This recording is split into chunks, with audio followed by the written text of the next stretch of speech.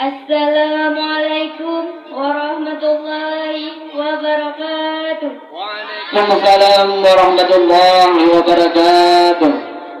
Alhamdulillahi rabbil alamin. Wassalatu wassalamu ala asyrafil anbiya'i wal mursalin wa nabiyina wa habibina Muhammadin wa ala alihi wa sahbihi ajma'in wa man tabi'un bil ihsanil ila yaumiddin. Amma ba'du. Segala puji bagi Allah Tuhan seluruh alam. Teriring doa dan keselamatan semoga berlimpah atas Nabi dan Rasul termulia, baginda kita Nabi Muhammad sallallahu alaihi wasallam. Juga atas keluarga dan kebenaran sampai hari kiamat. Penghormatan saya kepada Walidi selaku pimpinan daya Darul Ulum Cod Matahe beserta keluarganya, dan kepada Dewan Juri telah menilai kami yang seadil-adilnya. Dan penghormatan saya lagi kepada seluruh Dewan Guru, santriwan dan santriwati yang sudah hadir pada malam yang berbahagia ini. Untuk mempersingkatkan waktu, mari sama-sama kita masuk dalam pidato saya yang berjudul hal-hal yang menyebabkan hati menjadi mati. Hadirin yang berbahagia, Imam Hasan Al-Basri menjelaskan ada 4 faktor yang menyebabkan hati menjadi mati.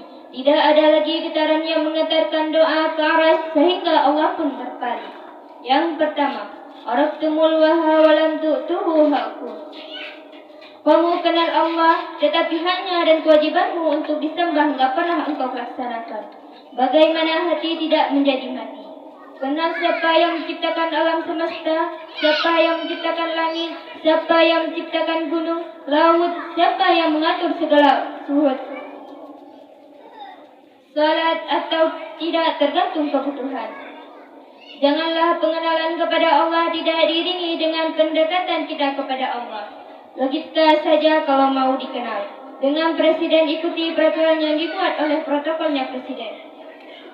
Nggak bisa kalau mau dekat dengan presiden bikin peraturan sendiri. Jadi begitulah jika mau dekat dengan Allah, bikin metode sendiri. Tetapi kalau mau dekat dengan Allah, ikuti peraturan yang telah diatur oleh Allah melalui utusannya. Yang kedua, qara'tumul Qur'an walam ta'manu bi. Kamu baca Al-Quran, kamu sanjung Al-Quran, walam ta'manu bi.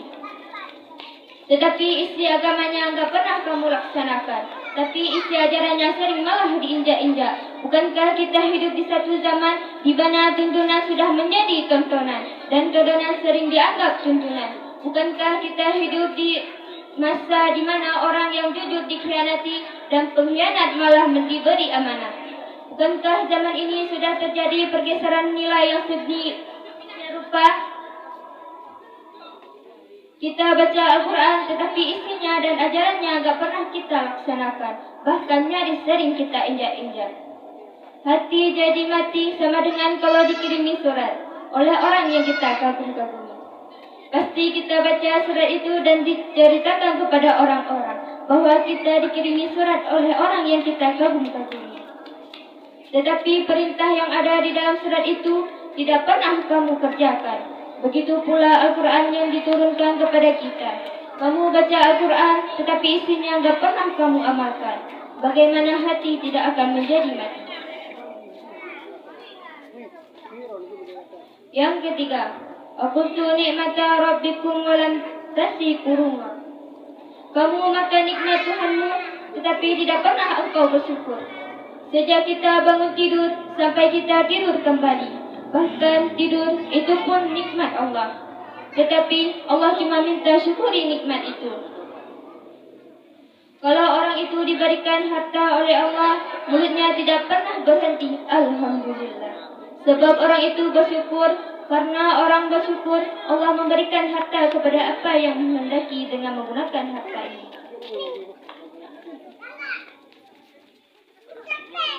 Yang keempat, utuma annal mauta hakum wala tasta'idullah. Kamu yakin, kamu percaya betul-betul hidup akan berakhir dengan kematian. Namun kamu tidak pernah mempersiapkan bekal. Belum cukup ibadah kita, sudah dengan kematian. Kalau belum punya bekal, sudah berangkat pasti sengsara di jalan, karena bekal tidak cukup dan ajal pun sudah datang. Sebab ajal tidak pernah dihindarkan, karena Allah berfirman dalam Al-Quran, "Idza jaa ajaluhum la tastakhiruna sa'atan wa la tastaqdimun."